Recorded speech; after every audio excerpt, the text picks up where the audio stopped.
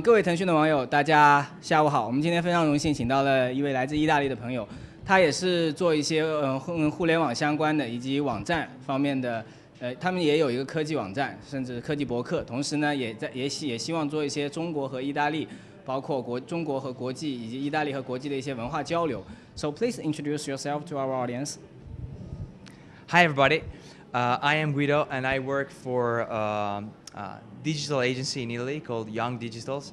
And we have a project called Digital in the Round going on right now, which is a collaborative blog where we monitor interesting scenarios in the world from the digital perspective.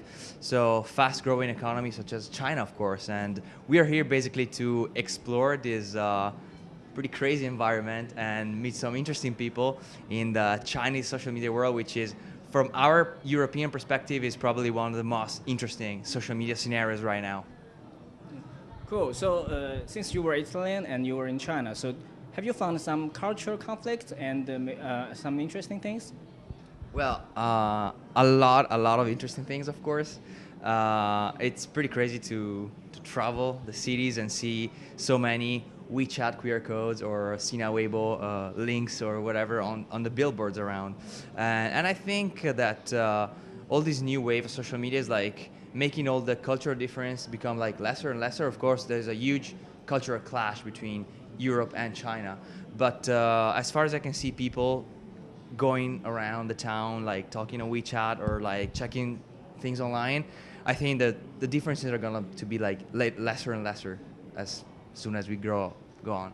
Yeah, these days many people are talking about mobile internet. So how's mobile internet in Italy doing? And have you seen any international companies breaking into European market or maybe in Italy in your hometown?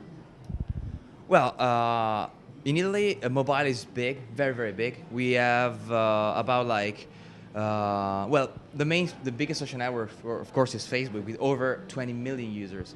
But like, especially for mobile, we have a lot of companies like actually fighting now for the market. I mean, WhatsApp is one of the biggest mobile application. Facebook Mobile is very used a lot, and Twitter too. And right now it's funny because WeChat and Line just started promoting their products in Italy. So we're having, which is even more interesting, also Asian companies that are trying to gather like some market share in the Italian market, which is very crazy. So we have a lot of international companies fighting to get like market over there. So you have mentioned some IM apps on the mobile, like WhatsApp, like WeChat, Line. So what's the difference from your personal perspective and how they are marketing strategy in European companies? Well, well, basically WhatsApp is like the super basic service, so it's just like a chat thing, and they did not really build anything on top of it. While of course Line and especially WeChat, they're offering a very diversified product, so you can share pictures, modify pictures, put filters, and put different features. And I'm pretty sure it's like a trend that is gonna grow, and I'm pretty sure they have some good chances to make it. And the way they're promoting it is mainly television, which is something that for us is like kind of weird because we're not really used to have like social network promoting themselves on TV, while here is like more popular. So it's a pretty interesting thing. But I'm pretty sure like this mobile thing, like these social networks that are born right on a mobile platform, are way more powerful than older social networks, because you can clearly see that the mobile is like the way they were born. So it's like absolutely, they work perfectly on a phone. So I'm pretty sure newer generation are just gonna use mobile. They're never gonna use like laptop or like older social networks. They're just gonna go for like mobile social networks, you know? Cool. So my last question, I think you have been some internet conference in Europe. So today you are here. So what's the difference? Well, actually I was a bit surprised that there are not so many differences. Mainly all the logos are different.